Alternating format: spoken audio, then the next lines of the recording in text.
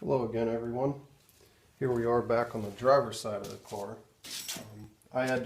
My phone ran out of memory, so I had to wait for a video to upload. So I figured I'd just finish the passenger side and get the driver's side up to where I had the passenger side. So anyways, as I said in my last video, I was going to put the brakes on in the caliper and mount the wheel. And that's what I've done. Now the reason you do that and leave this open without the cotter pin is because now that once you've packed everything and everything's all good, now what you have to do is adjust the lash and the bearings. So I guess you could call it the lash, the play, whatever. And I'll just show you real quick. I'll just loosen this up and see how that's what it'll do when it's loose. So what you want to do whenever you have this all good and put back together, just go ahead, like I said in the last video, just snug it up. The specification says snug it up no more than 12 foot-pounds. So I don't know, I'm just kind of give a little bit of pressure with a couple fingers on a wrench. Now just go ahead and spin the wheel. That'll get everything kind of seated in, you know.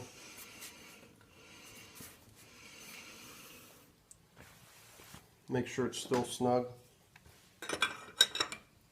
And it is. Now what you're going to do is just go ahead and crack it loose a little bit there. You know. Just probably rule of thumb is just so that the wrench can hang there. We'll just go with that. Now what you'll do, check your play. You should feel none or a very, very, very tiny amount that's almost impossible to feel.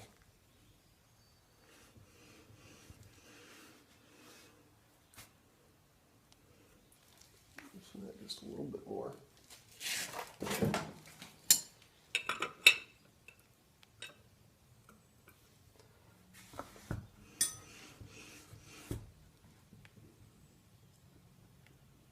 That feels pretty good, just a tiny little wiggle. Now that's about where we're going to keep it, right around in that area. And now you're going to have to probably move the nut a little bit to line up your cotter holes. So just clean that grease out of there. Just look for a hole. Now the way they did this is there's a hole going this way and a hole going that way. So you essentially have a couple chances here to get the cotter key where it needs to go.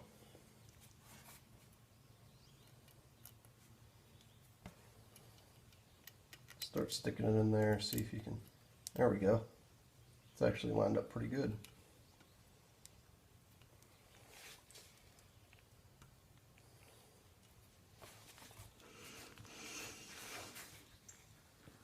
Yes. Yeah, that feels good. Okay. Now just go ahead and bend the tabs.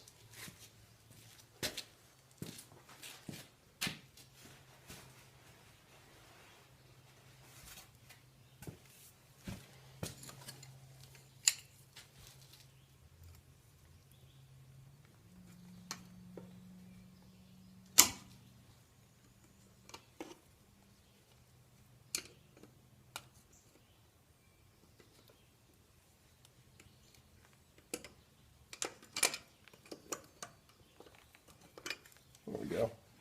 Now for a final step, what I'll do, this is just me, this is what I do, it's up to you if you want to do it. But I'll take my dust cap and I'll take a handful of grease.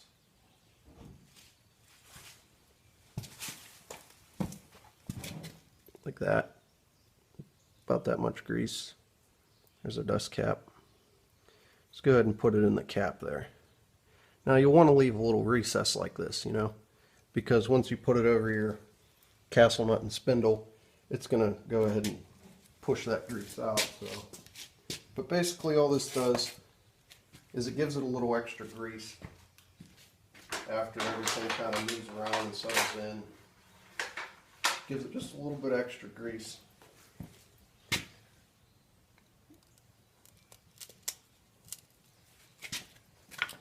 And whenever you put this back on, don't hit it in the center, else you'll dent it up pretty good. Just go around the edges and kind of work it.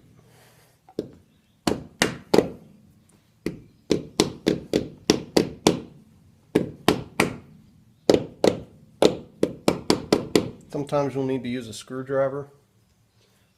I prefer something a little more blunt than a screwdriver because it can dent the edges, but that's what I have right now. So.